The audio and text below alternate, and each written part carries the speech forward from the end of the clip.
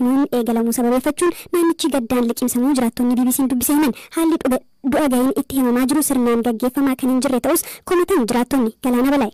Naannoo Tigraay kan waggoota lamaaf waraanni keessatti gaggeeffametti maatii fi firoota qabsaa'ota wareegamaniitti du'a himuun gaggeeffamuu eegaleera. BBC'n akka odeeffatetti naannichatti iddoowwan garaa garaatti du'a himuun erga eegalee booda aadaa naannichaatiin sirni awwaalchaa Agwaal yookaan Gifii jedhamu gaggeeffamaa jira. Kana malees karaa amantiitiin sirni kadhannaa taasifamaa jiraachuu odeeffanneerra. Magaalaa Maqaleetti jiraataa kutaa magaalaa Addii Haqii kataan obbo Birhaanuu Gabree yaada BBC'f kennaniin torban lamaan darbe keessa duuti loltoota hedduu waan maatiitti himameef magaalittii keessa miira gaddaatu mul'ata. Namoonni baay'eenis gadda maatii firaa fi kanneen beekanii taa'aa jiru jedhu. Naannoo isaaniitti du'a himuun sanbata eegale torban dhufutti darbuu isaatiin wal qabate ammoo ollaa fi firooti bahanii hin deebiin waan jiraniif baay'ee sodaanneerra dhiphanneerraa jedhu. Dhiyeenya kana Maqaleerraa gara Shiree imalee ka ture Ma'aarag Haayilee BBC'tti akka himatti naannichatti iddoowwan garaa garaatti mardoon namootatti himamaa jira.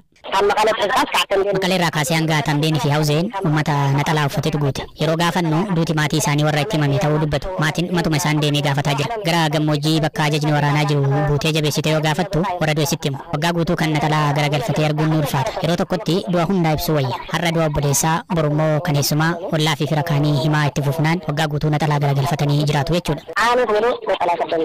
Jiraataa magaalaa Wuqroo kataan obbo Daani'el achittis maatii firoonni jalaa du'an duuti itti himamaa jiraachuu garuu adeemsichi sirna kan hordofe waan hin taaneef miidhaa qorqalbii geessisaa jiraachuu ibsan. Haalli duuti namatti himamaa jiru sirna kan qabu miti. Dararaan kan itti baay'atu. Sababa kanaatti maatiin lubbuun jiraachuu yookaan du'a ilma isaanii wallaalanii dhiphina keessa jiru. Duuti nama isa kan biraa yeroo himamu achuma ta'anii waa'ee ilmoo fi yaadaa ba'u. Qabsaa'onni waggoota lamaan sadan darbaniif achi buuteen isaanii hin beekamne jiru. Maatiin garaa kutatee ilmi akka hin baafanne duuti namoota akka ta'utti hin himamne. Ijoollee isaanii haadholiin beekuu hin dandeenye. Beekama fayyaa guddoo keessa jiru. Kophaa gungumaa hanga deeman gahaniiru. Du'a himuun naannoo Tigraay eegaluun kan dhaga'ame pirezidantiin bulchiinsa yeroo naannichaa obbo Geetaachoo Raddaa torban darbe keessa hojiin kun eegaluuf akka jiru ibsu booda qabsaa'ota kumaan lakkaa'aman kanneen aarsaa lubbuu kanfalaniif haala kabaja isaanii madaaluun ifatti mardoo himuudhaan yoo xinnaate hanga tokko isin waliin jirraa jennee maatii isaaniitiif ergaa dabarsinaa jedhanii ture. Gaazexeessaan Sagalee Ameerikaa sagantaa Tigriffaa Mulgeetaa Asbahaa kadheenya gara Addiigiraat imalee ture wayitan Maqalee gara Addiigiraat imaletti daandii irratti haadholii uffata gaddaa uffatan hedduun argaa ture. Abbootii fi dargaggoonnis gaabii uffataniituun argee jechuun toora miidiyaa hawaasaa isaa irratti barreesse. Daandiiwwan irras dunkaanota guddaatu ture. Konkolaattonni fakkii namoota du'anii fi alaabaan irratti fannifames argeeraa jedheera. Galmee akka hin raawwanne jiraattonnii fi hooggantoonni barnootaa BBC'tti himaniiru. Jiraataan aanaa Goorodoolaa maqaan isaanii akka hin eeramne gaafatan barumsi waan hin jirreef ijoollee isaanii ja'a mana barumsaatti akka hin ergine himaniiru. Waa'ee lakkoo maatii olaanaatu dubbise. Haala kun hin qajeelin ijoolleen barumsa kan qabdee jechuudha. Amma kun deebiin kun hin deebiin kun furmaatiin argatiin ijoolleen barnoota argataa jirtu jechuudha. Isin akka maatiitti yaaddoo akkamii qabdu waa'ee barachuu dhabuu barnoota jalqabuu dhabuu irratti? Kun amma nuuf yaaddoo guddaa beeki barumsi waggaa kana darree ijoollee irratti dhiibbaa waan fiduuf yaaddoo nu bahee jira. Kun silaa aseenatti koomingaa fi biyyaa kun sababiin numatti akka barumsi kun illee golobamee hanne deebii argatee ijoolleen barumsaan nuuf ufteen qabuunut tolaa. Kun amma immoo lafarra harkifame deebiin kun laatamaan jiru homaa tuuta qabataa dhaqanii dhabanii amma ijoollee dhiibbaa guddaa. Amma maatiin biraa haasofsiise naannatti man maatiitu amma gaafiin kun deebi'utti ijoollee keenya mana barumsaatti hin erginuudhee hambiseedhani waan sun dhugaadha. Barumsi nuuyyuu baramee jiru barumsa barame irratti jira ijoollee erganii fi erguu dhabuun beekiyo silaa bari barumsaa ijoollee garmeessisaa fi waajjirri barannootaa hojii eeggalee uummati tokkasee jiraatee akkas jedhama malee jiinuu eeggalanne wanni wal qabataa beeki inni kun wal qataadha. Maddeen tokko ka hojii kanaaf dhiibuuf maddeen tokko kammoo hojii kanarraa dhiibatti jiru tokko dineedhaa miti. Kanaafuu hojiinuu gara mana barumsaa dhiyeessu hojiiwwan eeggalameeraan jirtu namuu deebuma eeganiidha jira beeki gaafii kana deebiitti eeggachuu jiran. Jiraataan biraa hojjetaa mootummaa ta'an uummatni komii waan qabuuf barattoota mana barumsaatti erguu didee galmeen tokkollee hin raawwanne jedhu. Ijoollee afurii mana barumsaa galcheera. Ijoolleen sun haga ammaa hin galmoodne. Barnoonni haga ammaa aanaa Goorodoolaa keessatti hin jiru.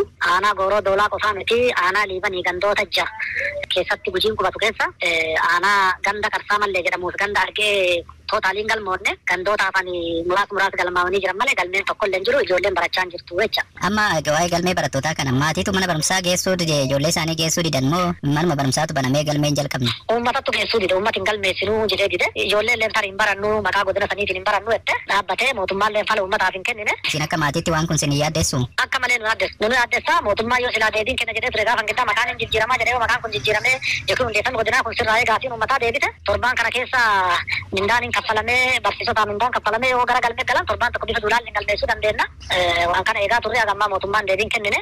aanaa Goorodoolaatti daayirektara mana barumsaa sadarkaa lammaffaa tokko kan tahanii fi maqaan isaanii akka hin ibsamne gaafatan maatiin ijoollee keenya hin barsiifnu jechuun manneen barnootaa 81 keessatti galmeen hin adeemsifamne jedhu. Mormiin to'ama ji'a torbaffaa seentee itti gaafatee galmee barattootaatti wal qabatu maatiin barattootaa uummati kun fedha isaa irratti daba guddaa hojjetamee jira waan ta'eef nuti barattoota keenya maqaa sanaan maqaan godina Boorana Bahaatiin hin barsiifnu jedhanii maatiin barattootaa mana barumsaa irraa dhorkatanii galmeen barattootaa akkuma sadarkaa biyyatti guyyaa 23 hanga Faagumee 5tti galmaa'ee xumuramaa jedhamee ture kanatti barattootni akka higammaa aanaa Goorodoolaa keessatti manneen barnoota naannoo sana jiran tokko isaa barataa mana barumsaa 81 barattoota 50,000 fi wayi kan gahan yeroo ammaa dirree barnootaa keessa ala jiran jechuudha. Kun ammoo rakkoo guddaa ta'ee jira jechuudha. Hawaasa keessatti maaliif kun qabtee mormii hawaasa guutumaa guututti mormii isaa agarsiisa jechuudha. Barataan tokkollee mana barumsaa keessatti galmaa'ee jiru hanga ammaatti jechuudha. Maatiitu gara keessan fiduu dide moo barsiisota yookaan immoo manni barumsaa galmeessuun jalqabne immoo barsiisoti dhiyoota adoolessa irraa ka'ee hanga fulbaana kanaatti mindaa tokko nyaata. Hojjettooti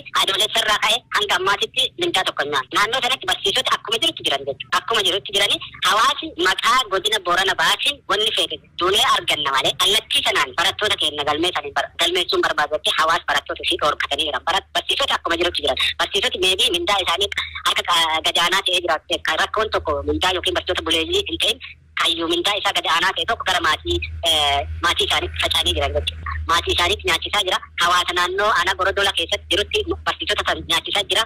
Ibillee kaleessallee hawaasi naannoo sanaa wal tadacha'ee barsiisota bifa kamiiyyuu akka isaan miidhaa tokkollee irratti akkanne nyaata hojjettoota mootummaallee bifa sanaan waa hawaasa irraa itti gaafatummaa fi akkasii wal goolabee wal nyaachisaa jira jechuudha. Kanaaf hojjettoota naannoo sanii bifa kanaan hin jiru waan ta'eef maatiitti dhooggate barsiisota akka jiruun kanneen giddugaleessa aanaa irra ta'anii galmeen barattoota akka jiran eegalan mootummaa akka inni fedha deebi. Namoonni 1,329 ta'an beelaan du'uu mirkaneeffachuu ogeessoti dhimma kana qoratan himan. Qorannoon qondaalota fayyaa naannoo Tigraayii fi Yuunivarsiitii Maqaleen adeemsifame yeroo ammaatti naannicha keessatti rakkoon ijoo du'a namootaaf sababa tahaa jiru beeladhaa jedha. Kunis dhibbeentaa 68 qabataa jedha. Qorattoota kunneen eeruun hagayya 15 hanga 29 aanaalee naannichaa 9 fi kaampiiwwan buqqaatotaa 53 irra deemuun hojjettoota fayyaan qorannoon adeemsifame namoonni sababa beelaan lubbuu dhaban guddaa ta'uu hima. Qorannoon kun biyyooti gamtooman hanna midhaan nyaataa Tigraayitti mudateen deeggarsa dhaabuun du'uu namootaaf sababa tokkodha jedheera. Mootummaan Itoophiyaa dhorkaan deeggarsaa midhaan nyaataa irra jiru akka dhaabbatu barbaadus Ameerikaa fi UN ammoo to'annoo mootummaan dhiyeessii nyaataa irratti qabu akka dhaabu barbaadu. Qorannoon gaggeeffame kun deeggarsi nyaataa dhaabbachuun booda duuti namoota baatii bitootessa keessa ture waxabajjii keessa dachaan dabaluu agarsiisa. Uummata naannoo Tigraay keessaa miliyoona 5.4 kan ta'an deeggarsa namoomaa kan barbaadan yoo ta'u akka waliigalaatti Itoophiyaa keessa namoonni miliyoona 20 ta'an deeggarsi midhaan nyaataa isaan barbaachisa. Sadaasa darbee waliigalteen nagaa adeemsifamu. Sadaasa darbee waliigalteen nagaa taasifamuun booda naannicha deeggarsi akka garaa qaqqabuu danda'a abdiin jedhu turus hanni midhaan nyaataa mudachuun dhaabotii fi biyyootii deeggarsa isaanii akka addaan kutan taasiseera. Qondaaloti naannoo Tigraay midhaan nyaataa meetirik toonii 7,000 ta'uu hatamuu baatii darbe kan ibsan yoo ta'u kanaanis qondaaloti 480 ol to'annoo jala oolaniiru jedhaniiru. Mootummootni gamtoomanii fi US dhimma kana ammallee qorachaa jiru. Gama biraan naannoo Amaaraa bulchiinsa saba Waagimraa fi kaaba Gondaritti hongee mudateen namoonni 16 beelaan lubbuun darbuu fi kaan immoo balaa du'aaf saaxilamuu bulchaan aanaa Jaanamoora Shaggaw Tasammaa BBCtti himaniiru. Ganna samii lanaan gandoota 13 keessatti roobni tasumaan roobne. Hongee waggaa darbee fi amma roobni dhibuun akkasumas deeggarsi midhaan nyaataa yeroof ta'u qaqqabuu dhabuun rakkoo kana uume. Gandoota 38 jiran keessaa 13 hongee hamaa keessa jiru. Loon isaanis marga hin arganne. Kanaan namoonni 16 lubbuun darbeera. Bineeldoti mana 7,500 ta'anis sababuma kanaan du'aniiru. Dhukkuba garaa kaasaa dabalatee hooqxoo fi kaanis mudatee jira. Bineeldoti lubbuun jiranis waan hafan miti. Gabaatti ba'anii waan gurguraman fayyis miti. Akka Boranaa miti malee wagguma waggaa naannoo kana hongeen inni jira. Namoonni kunneen duraan gandaatee sooratu ture. Ollaa isaan irraa hirmaachatti kan isaan jiraachaa turan. Garuu nyaanni isaa yeroo deemu maasaa isaaniitti deebi'anii tochumaan hafu. Namoota du'an keessaa baay'een dubartootaa fi jaarsotadha. Deeggarsi duraan sagantaa nyaataa addunyaan kennamaa ture addaan citeetu jira. Qonnaan bultoonni 4,000 ta'an qe'ee isaanii gadhiisanii iddoo deeman hin beeku. Yeroo hojiif sochoonu kanneen manni isaanii cufamee ni arganna.